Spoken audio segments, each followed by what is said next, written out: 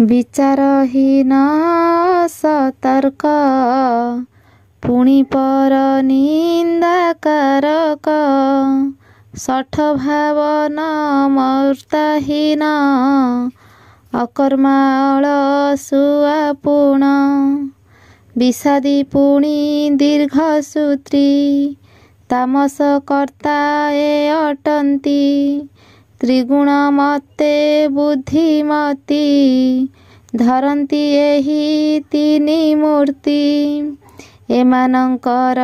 ଭେଦ ଯାହା ବୁଝାଇ କହୁଅଛି ତାହା ହେ ଧନଞ୍ଜୟ ସମ୍ପୂର୍ଣ୍ଣରେ ଶୁଣନ୍ତୁ ଏକାଗ୍ର ମନରେ ଯେବଣ ବୁଦ୍ଧି ବଳେ ପାର୍ଥ ପ୍ରବୃତ୍ତି ନିବୃତ୍ତି ଦୁହେଁ ତ ଭୟ ଭୟ କାର୍ଯ୍ୟ ବନ୍ଧନ ମୁକ୍ତି ଯେ ସମ୍ପଦ ରୂପରେ ଜଣାଯାଏ ସବୁ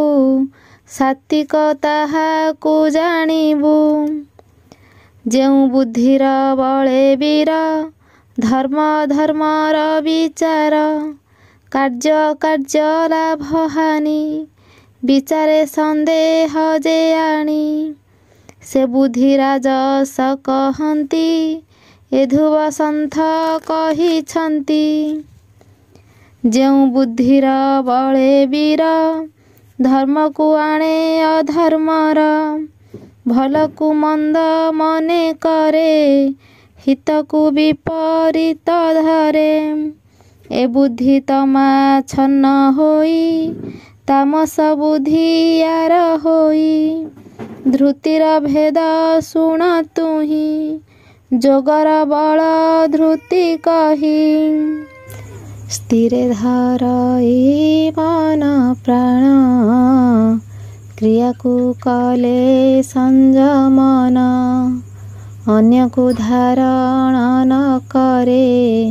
ସାତ୍ୱିକ ଧୃତି ବୋଲିଆରେ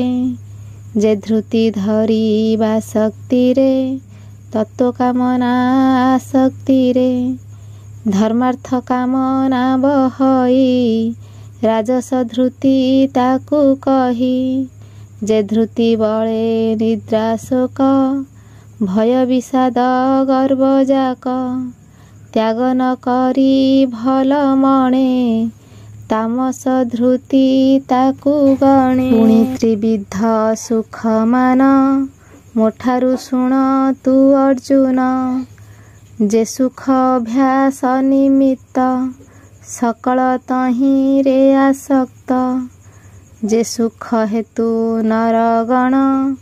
ସୁଖକୁ ଆଣନ୍ତି ବରିଣ ଯେ ସୁଖ ବିଷ ରସମାନ ପ୍ରଥମେ ହୁଏ ଅନୁମାନ ଶେଷେ ଅମୃତ ଭୋଗ ଦିଏ ସାତ୍ୱିକ ସୁଖ ତାକୁ କହେ ଇନ୍ଦ୍ରିୟ ଯୁକ୍ତ ସୁଖ ଯେହି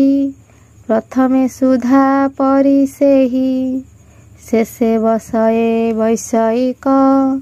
ସୁଖ ରାଜସ ସୁଖ ଲେଖ ଯେଉଁ ସୁଖରେ ପ୍ରଥମରେ ବୁଦ୍ଧି କି ମୋହିତ ଯେ କରେ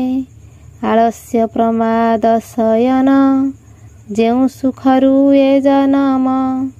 ଶେଷେ ଅତ୍ୟନ୍ତ ଦୁଃଖ ଜାଣ ତାମସ ସୁଖ ଏ ଅର୍ଜୁନ ପୃଥିବୀ ସ୍ୱର୍ଗ ପାତାଳରେ ଦେବତା ମନୁଷ୍ୟ ନାଗରେ ପଶୁ ପକ୍ଷୀ ପତଙ୍ଗ ଠାରେ ଏମନ୍ତ ନ ଦେଖଇକାରେ ପ୍ରକୃତି ଜାତ ଯେ ତ୍ରିଗୁଣ ତହିଁରୁ ହୋଇଛନ୍ତି ଭିନ୍ନ ବ୍ରାହ୍ମଣ କ୍ଷତ୍ରିୟ ବୈଶ୍ୟର ହେ ପରନ୍ତପ ଶୂଦ୍ରଙ୍କର ସ୍ୱଭାବଜାତ ଗୁଣ ନେଇ କର୍ମକୁ ପୃଥକ କରଇ ଏହି ସ୍ୱଭାବ ଗୁଣ ନେଇ ଜାତିର ସୃଷ୍ଟି ହୋଇଛଇ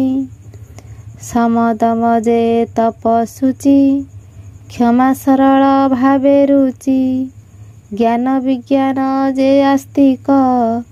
ବ୍ରାହ୍ମଣ ସ୍ୱଭାବ ଏତେକ ସୁରତା ତେଜ ପୁଣି ଧୃତି କ୍ଷମତା ଯୁଦ୍ଧେ ସ୍ଥିରମତି ଦାନ ପ୍ରଭୁତ୍ୱ ଯେ ଐଶ୍ୱର୍ଯ୍ୟ, କ୍ଷତ୍ରିୟ ସ୍ୱଭାବ ଏ କାର୍ଯ୍ୟ। ସନ୍ଥ ପାଳନ ଦୁଷ୍ଟ ନାଶ, ଐଶ୍ୱର୍ଯ୍ୟ ନାମ ଏ ପ୍ରକାଶ। ସ୍ୱର୍ଗ, ମର୍ତ୍ତ୍ୟ ଓ ପାତାଳରେ ଯେତେ ଦେବନର ଓ ପଶୁପକ୍ଷୀ ଆଦି ଅଛନ୍ତି, ସମସ୍ତେ ପ୍ରକୃତିଜାତ ତ୍ରିଗୁଣରେ ଆଚ୍ଛନ୍ନ। ଏଥିରୁ ଭିନ୍ନ ହୋଇ କେହି ରହିପାରେ ନାହିଁ। ହେ ପରନ୍ତପ, ସ୍ୱଭାବ, ଗୁଣ ଓ କାର୍ଯ୍ୟ ନେଇ ବ୍ରାହ୍ମଣ, କ୍ଷତ୍ରିୟ, ବୈଶ୍ୟ, ଶୂଦ୍ର ଏ ସବୁ ଜାତିର ସୃଷ୍ଟି ହୋଇଛନ୍ତି। ସମ, ଦମ, ତପ, ଶୌଚ, ଗୁଣ, କ୍ଷମା, ସରଳ, ପ୍ରକୃତି, ଜ୍ଞାନ ଓ ବିଜ୍ଞାନ ଏସବୁ ବ୍ରାହ୍ମଣମାନଙ୍କର କାର୍ଯ୍ୟ। ଶୂରତା, ତେଜ, ଧୃତି,